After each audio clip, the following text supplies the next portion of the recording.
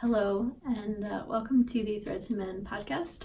My name's Taylor, and I'm coming to you from Baltimore, Maryland, and this is a podcast about all things fiber related. I mostly speak on the subjects of knitting and spinning, and in this week's episode, I just want to start off with the fact that I considered moving these fringe bags out of frame, and then, thought, should I do that? It would be unnatural. And I've been reflecting a lot in the last few minutes before recording, mostly, to be honest, but also in a lot of other ways the last few years, months, weeks, days, especially in this platform of Instagram and social media and this knitting community, because I'm sure you know there is a conversation, and if you don't know, there has been finally a conversation on the subject of race and diversity and inclusion, and I would say racism and white supremacy. And it's kind of something I've been waiting for in a way, because I find that when I'm on my podcast, I often silence political opinion, and not really to say that racism or white supremacy are political, except that there is a polarity between who is willing to accept it as true and happening, and those who would rather not consider it. And I've been thinking about this a lot lately, because no one's immune to the effects of racism. Racism and white supremacy hurt all of us. It hurts Black and Indigenous people of color far, far more. And I think that the hurt that honestly people like me, or generally white people, feel they are willing to live with, or they are really deep in denial of this truth. And so I kind of feel like I've been living this double life where I have, this thinking, this perception of the world, and, just this awareness of reality, and then the knitting world where everything is for sale and happy and well packaged. I appreciate quality things, and that quickly becomes materialistic. And I don't say that with judgment. I say I want to say that with awareness. And I didn't need a second fringe bag or the new fringe bag, but I bought it because I can. And I have that privilege. I don't mean to shame that. I'm not here to judge myself for that. I just am realizing where I take refuge.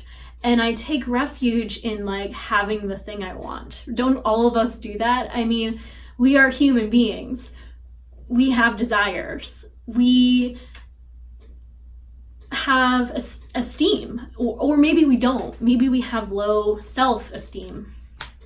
And as someone who's lived my life developing self-esteem and acquiring it through work and dedication, and that zeal within me to make or love or be in peace, in whatever that means, I just have felt kind of in conflict with myself. And I think that a lot of white people are right now, for the first time, feeling in conflict with a part of themselves. Realizing that you benefit from a oppression of other human beings. And, it's just something that I have been thinking about. I'm really glad that so many more people are too.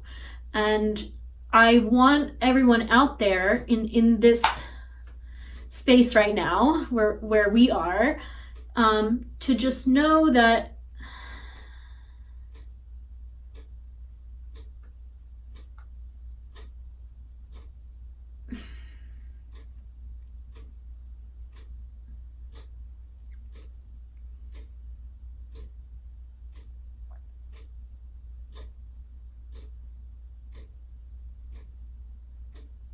this world is racist. If that's news, there's a lot to learn. There are many resources. I'm not the person to teach you the answer, but there are many people who do a lot of great work that can. So to make it easy, I will link to some things below. That's all I can do for you right now. So I'm going to insert footage that I created going over some stuff I'm making. Wherever you are on this journey of life and happiness and abundance or connection and existence, I mean, being seen is so important. There is a reason why people don't remember what you said, but how it made them feel. And everything is relative to your own experience. So as a human being, if you want connection, if you want growth, if you want community, notice when you're not so receptive. Question your biases. That's where we all start.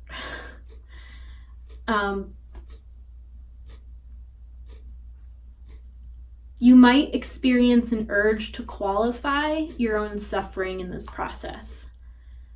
And I just want to give a disclaimer that that's not the point. The point is to be aware, to know the truth, and to move and speak and hopefully come to think from a place of love. Those are 3 places of refuge we can all find. We're not born into it. We only need to strive to achieve that. That's really what we should all hope to achieve. And I think the world would be a different place if that were what's happening right now. So the best way you can make sure that it is by doing it through yourself and studying yourself and moving through your day and your community and your spaces with that refuge in awareness and truth and love. Now, these are words that I've taken from teachings of Tara Brach. She is an author and a meditation teacher.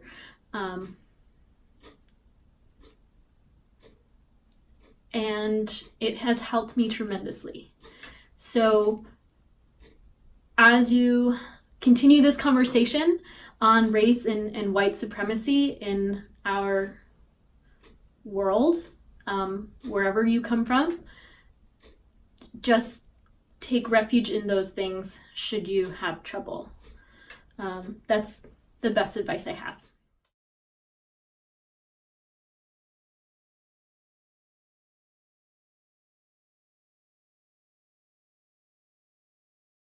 I haven't uploaded a podcast in a few weeks, and so I haven't really checked in post-holidays.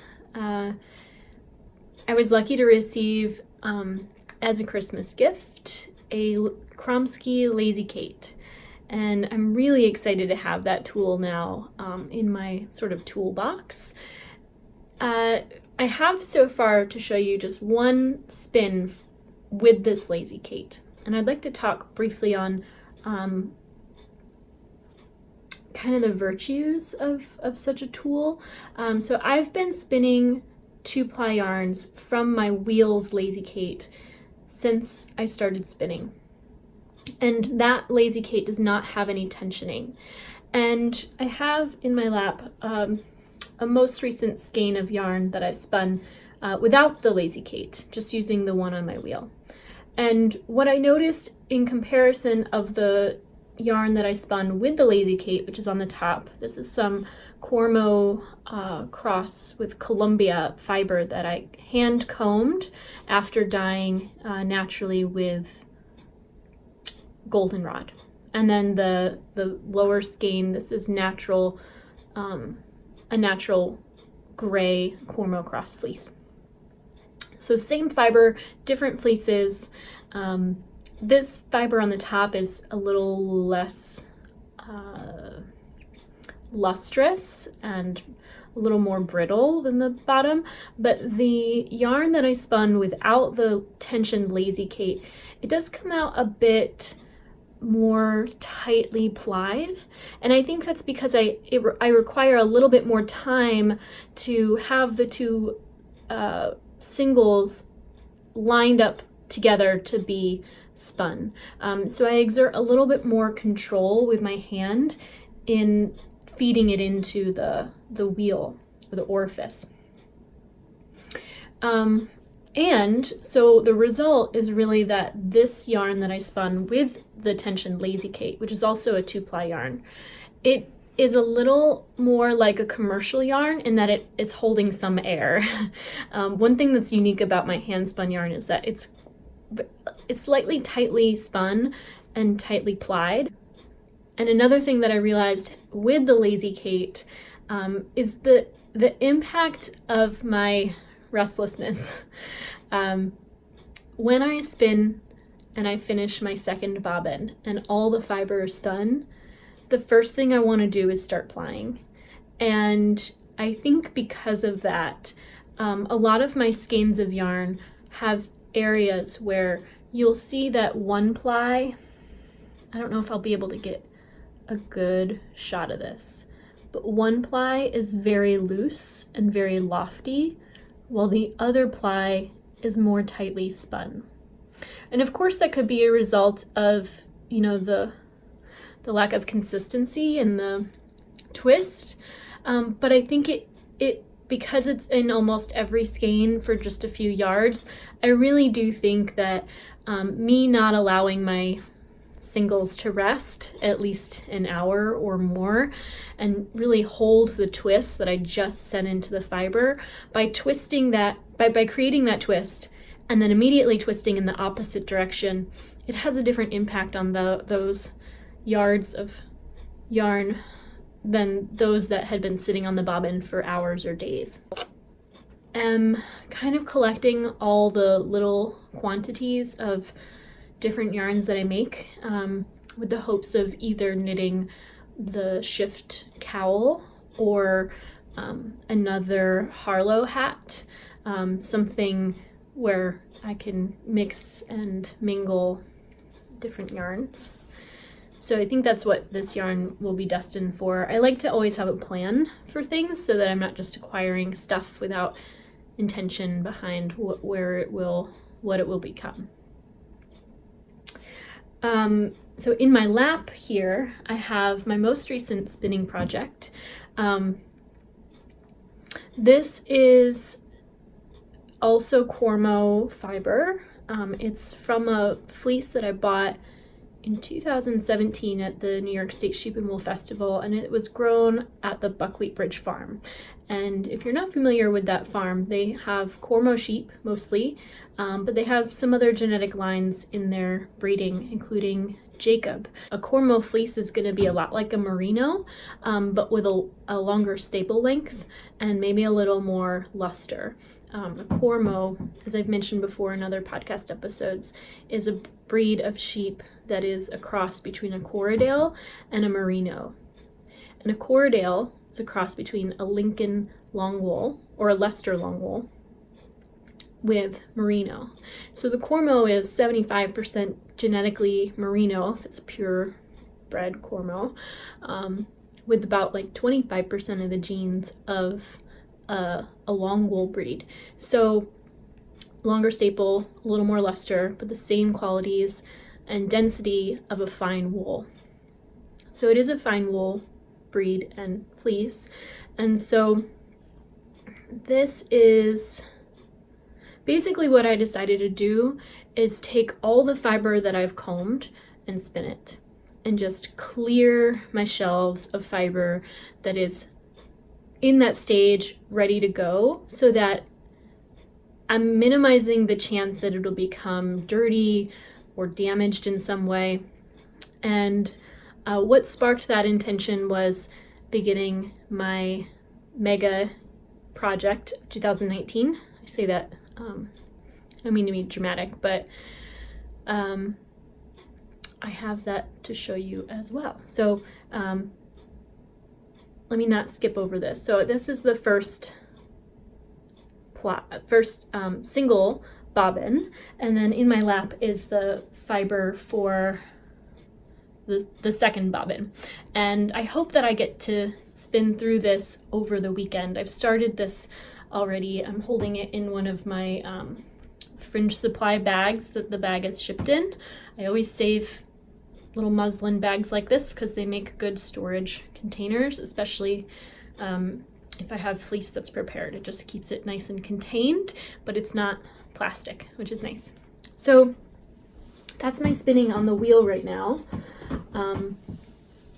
Over the past week, I have discovered a lot of new people on Instagram and YouTube, and one of them is a person whose name I forget because it's not in their handle. I know their handle, but I'll put that on the screen here so that you can see it and maybe type it into your browser and find them as well. And she has posted videos on how she flicks and washes and combs wool. I think she's coming out with another video series of how she spins wool, but it has been one of the best things I've had the chance to watch all week. And it showed me a new tool that I haven't used before that I know I'll need for this project. So I'm going to go ahead and get that now and then talk about that.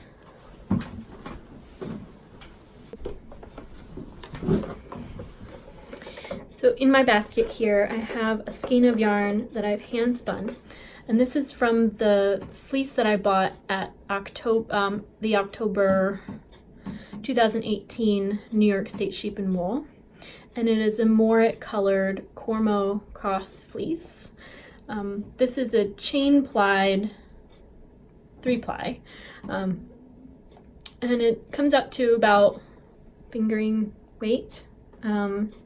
I would say, it's not really, I'm sure there's a science to it, but it's kind of like an art, I guess, however you want to interpret it. Can kind of be interpreted in different ways, but it is quite dense yarn. As I was mentioning earlier, my yarn often has a little bit over twist and a little over ply.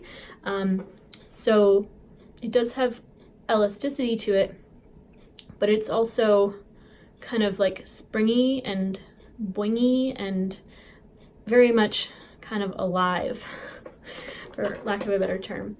And I've been spinning this yarn to knit Nora Gong's Nightingale pullover, and that I just begun.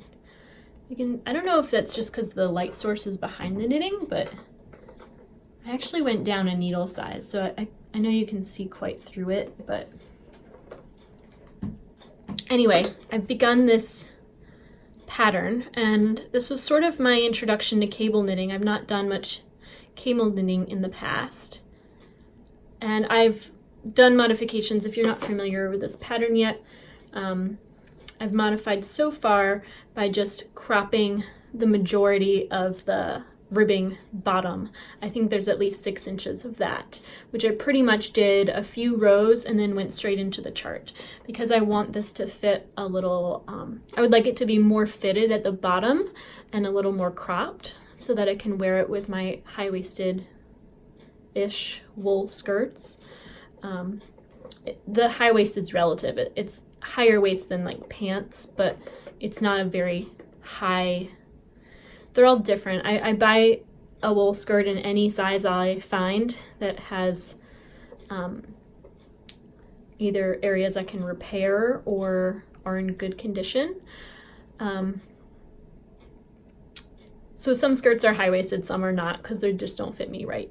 But I wanted to make sure that this was a feminine enough top that it wouldn't be kind of too casual looking worn with skirts. So I want to make it a little more fitted, except possibly in the sleeves. I think I'm going to keep the sleeves a bit poofy, and then I might taper more quickly than the pattern to make the elbow and forearm more tightly fit. But I'm taking every step as it comes. I'm not really planning extensively. I'm just kind of figuring it out through the process and taking notes as I go so that I know, if I want to recreate it, how it was done, or share it with you all online.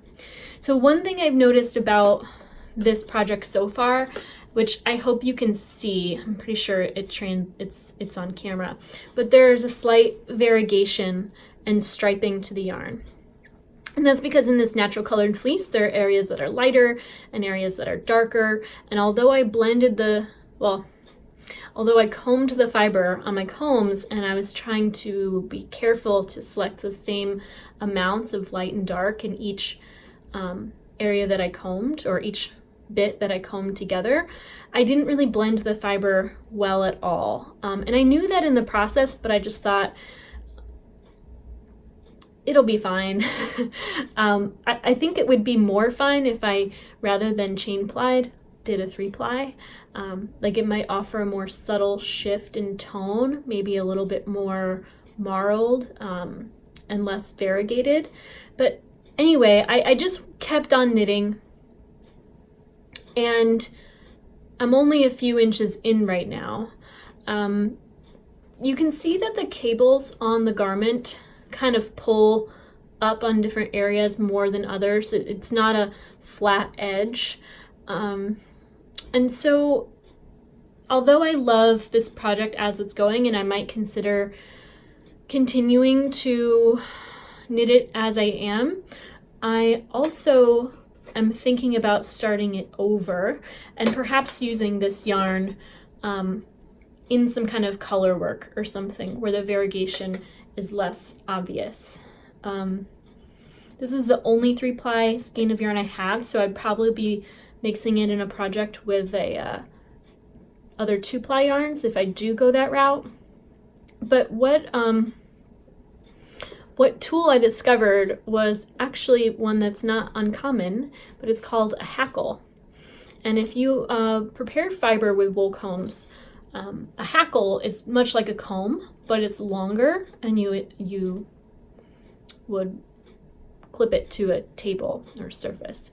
And I never knew what they were for, really. Most videos that teach you hand spinning don't really go into hackles. I thought it was maybe just a luxury item, that's something that's, nice to have, but you really don't need, and that is probably generally the case, especially if you're spinning white fleeces or the fleece that you bought was bred for that pure color. The fleeces I often buy are not bred for pure color. I like buying natural fleeces so that I have natural variety in knitting with the fibers. Also, I don't wear a lot of white, and it's a lot of work to dye wool. And last year, if you haven't been following that podcast, over the course of the last year or two, I've been naturally dyeing batches of wool, combing them and spinning them into skeins. And so I have now several skeins, 6, 7, 8 skeins, all spun up, ready to be sweaters, and I don't really have a pattern for the amount of yardage I have of each. So all of that to say, I have a few natural colored fleeces, and my preferred method of preparing that fiber is on hand combs. And so with this hackle, I'm going to be able to comb out the fiber and blend it in such a way that I have less variegation to it. So I hope I'm not kidding myself in that. I think that is the case. But anyway, I bought that this morning online as soon as I realized that that's what I need to make this project as perfect as it can be. And I'm not sure I'm going to start from scratch here. What I'll probably do is finish the spinning projects I have, cast off a few knitting projects I've got going on, and then come back to this project once the hackle arrives and I have some time to prepare some fiber. So the next few weeks I'll just kind of be getting ready for that to arrive and have time to utilize that tool. But with my new Lazy Kate, I could also do a 3-ply yarn instead of a chain ply yarn. And although the little areas where the chain ply yarn kind of creates a little bit of a bump, one other thing I've noticed about my chain ply yarn, and I don't know that I can show you an example, except for maybe there's one right here, is that when you're chain plying, if there's any variegation or variation of the thickness of the yarn, in a 3-ply, it's going to even it out more so. With a chain ply, if you have a thin part or a thick part, you're plying it on itself, and so you might end up with areas that are really thin because you have 2 or 3 thin parts on one another, versus if you have 2 separate complete bobbins, the likelihood that 2 of the 3 are all going to be the same thinness is less likely. So, a 3-ply yarn would probably be more even. And my spinning's come a long way in the last couple years. There are very few areas in this yarn so far that are very uneven, but there's some slight, if I put it against something, there's some slight areas where it's a bit choppy.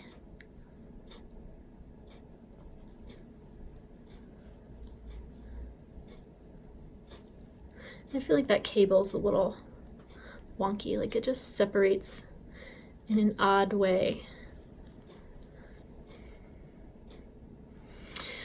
So yeah, I'm just not sure. I'm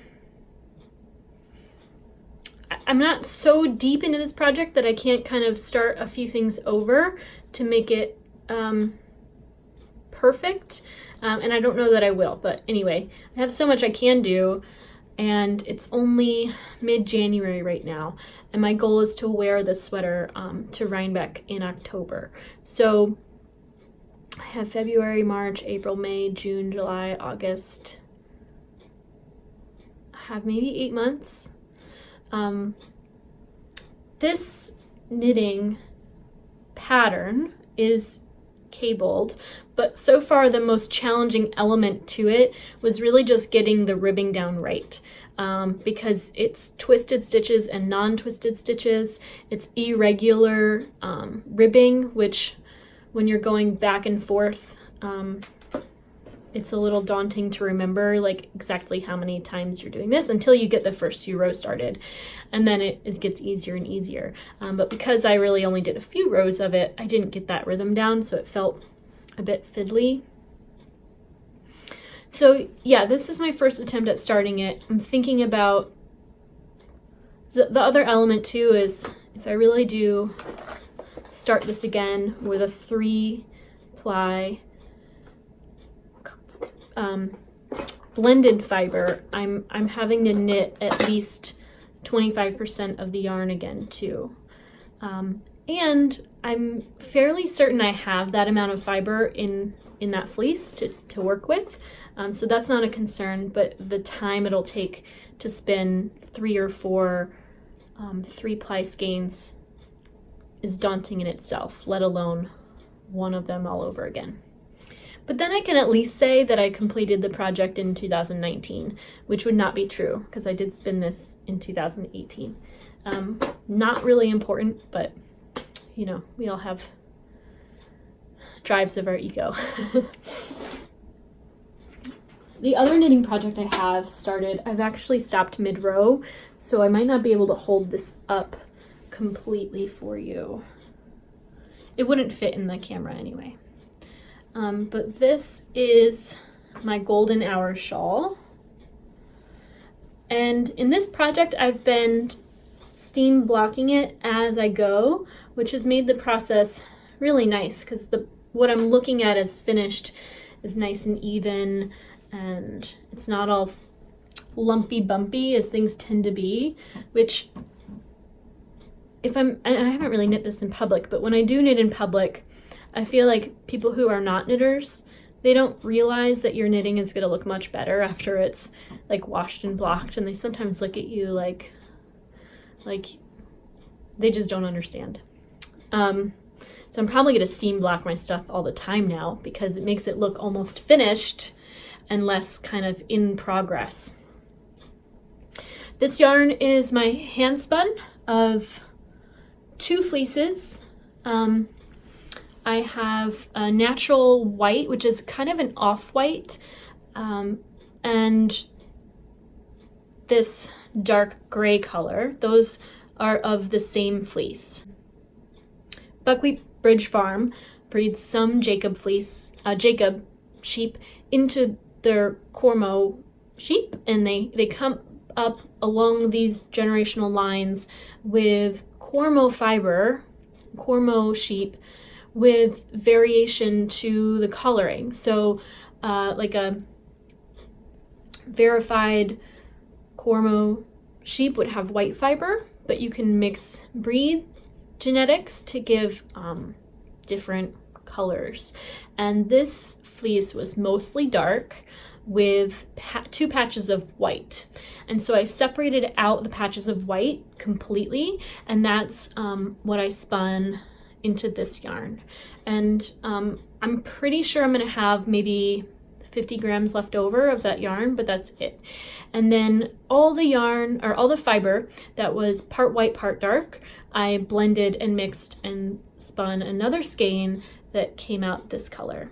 And it is, let me pull it up on my chest. There you go.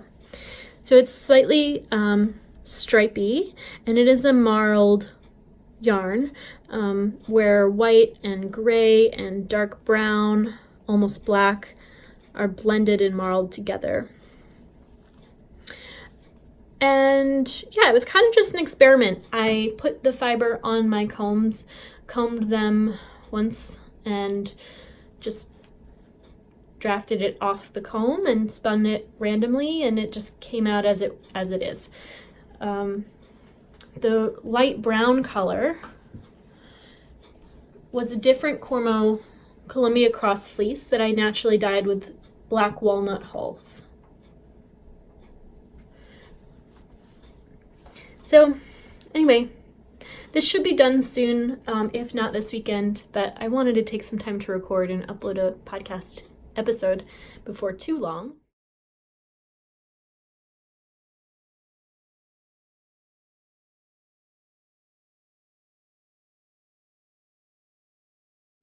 Don't feel that this world is out for you, because it's not.